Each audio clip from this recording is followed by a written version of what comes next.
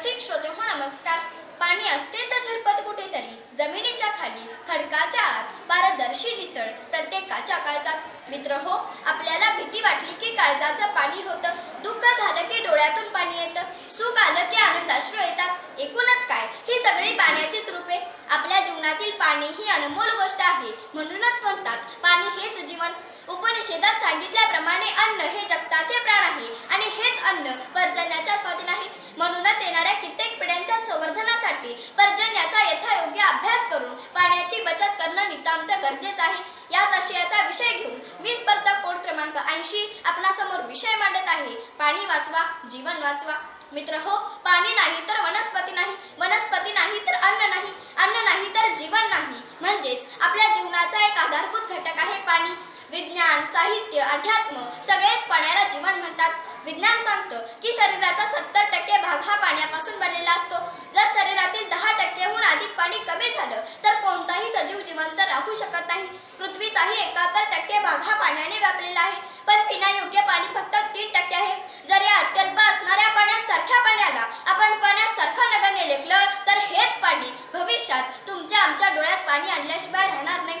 मानवाला पाण्याची नितांत गरज आहे. पाण्याशिवाय आपण आपल्या रोजच्या जीवनाची कल्पनाच करू शकत नाही. आपली दैनंदिन कामे, शेती, उद्योगधंदे आणि ऊर्जा निर्मिती यासाठी पाणी गरजेचे आहे. 350 वर्षांपूर्वी पाण्याचं महत्त्व सांगताना ज्ञानेश्वर माऊली म्हणतात, नगरेची रचावी, महावनेची लावावी, जलाशय निर्मावी नानाविध. तर 2400 वर्षांपूर्वी चाणक्यांनी पाण्याच्या वापराविषयी नियमावली घालून दिली. छत्रपतींनी प्रत्येक गडावर जलस्रोत निर्माण करून त्यांचे संवर्धनही केले. पण आज प्रचंड लोकसंख्या, बेसुमार वृक्षतोड, हवामानाचा लहरीपणा, पाण्याचा अतिवापर यामुळे पावसाचे प्रमाण कमी झाले, भूजल पातळीही कमी झाली. परिणामी आज पाणी टंचाईला तोंड द्यावे लागत आहे.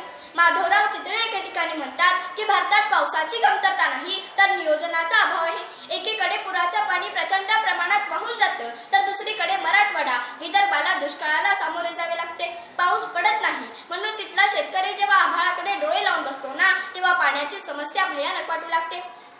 शेती हा भारतीय अर्थव्यवस्थेचा कणा आहे, पण आज लाखो हेक्टर जमीन पाण्याविना पडून आहे. नीती आयोगाच्या सर्वेनुसार 2030 पर्यंत भारतात पाण्याची गरज ही दुप्पट होईल. मग जर आकाशातून पडणारं पावसाचं पाणी झाडाच्या फांद्या, पानांवरून असंच नितळत राहिलं तर भविष्यातील पाण्याची गरज भागणार कशी? दुष्काळाचं भूत तुमच्या आमच्या उंबरठ्यापर्यंत येईल आणि निसर्गानं फुकट दिलेलं पाणी आज आम्हाला विकत घ्यावं लागेल. गरिबांना हंडाभर पाण्यासाठी वनवन भटकावं लागेल. माणूस आणि माणूस हवालदिल होईल. कसं होईल हा 2 शब्दांचा प्रश्न माणसाला छळू लागेल. स्त्री, पुरुष, मुलं, मुली पाण्याचं युद्ध रोज खेळतील. 2 थेंब पाण्यासाठी रोज रडू लागतील. पाणी पेटेल आणि दुष्काळ तुमच्या आमच्या जीवावर उठेल. आणि अशी जर अवस्था निर्माण झाली तर इथला माणूस, गाव, नाती, माणसं सोडून परागंदा होईल. ही आपत्ती टाळायची असेल तर पाणी बचत ही लोक चळवळ उभी राहिली पाहिजे. ती आपल्या सर्वांची जबाबदारी म्हणून स्वीकारली पाहिजे. जलसंवर्धन म्हणजे शेकडो माणसे एकत्र येऊन लाखो रुपये खर्च करून मोठमोठी धरणे बांधणे नव्हे, तर मी ही या निसर्गासाठी काहीतरी करणार हा विचार असणं महत्त्वाचं. एखादा 50 चौरस मीटर क्षेत्रफळ असणाऱ्या घराच्या छपरावर वर्षभरात 50 सेमी पाऊस पडत असेल तर ते पाणी साठवलं तर ते 25,000 लिटर होईल, जे एका कुटुंबाला वर्षभर पुरेल. आज दिल्ली, मुंबई सारख्या शहरामध्ये नळाच्या तोटीतून वाहून जाणारा पाण्याचा थेंब थेंब वाचवला तर ते एक जलसंवर्धनच आहे. आज इस्रायल सारख्या देशात फक्त 10% पाऊस पडतो, पण योग्य व्यवस्थापनाने नंदनवन फुलवले आहे. पाणी हीच माता ही संकल्पना मांडणाऱ्या अण्णा हजारेंनी राळेगण सिद्धीतील हजारो एकर शेती ओलिताखाली आणली. राजस्थानमधील वाळवंटात जागोजागी जोहड बांधणारे राजेंद्र सिंह, यशवंत कृषी ग्राम पांढर विकास संस्थेच्या माध्यमातून हिवरे बाजाराचे नाव जगाच्या बाजारात पोहोचवणारे पोपटराव पवार, दक्षिण आफ्रिकेत ग्रीन बेल्ट चळवळ उभा करणारे वंगारी मथाई आणि महाराष्ट्रात जलसंधारणाची कामे पाहणारे पाणी फाउंडेशन, नाम फाउंडेशन या सर्व संस्था आणि व्यक्तींकडून पाणी बचतीचा वसा आपल्या खांद्यावर पेलूया आणि पाणी बचतीचा प्रयत्न करूया.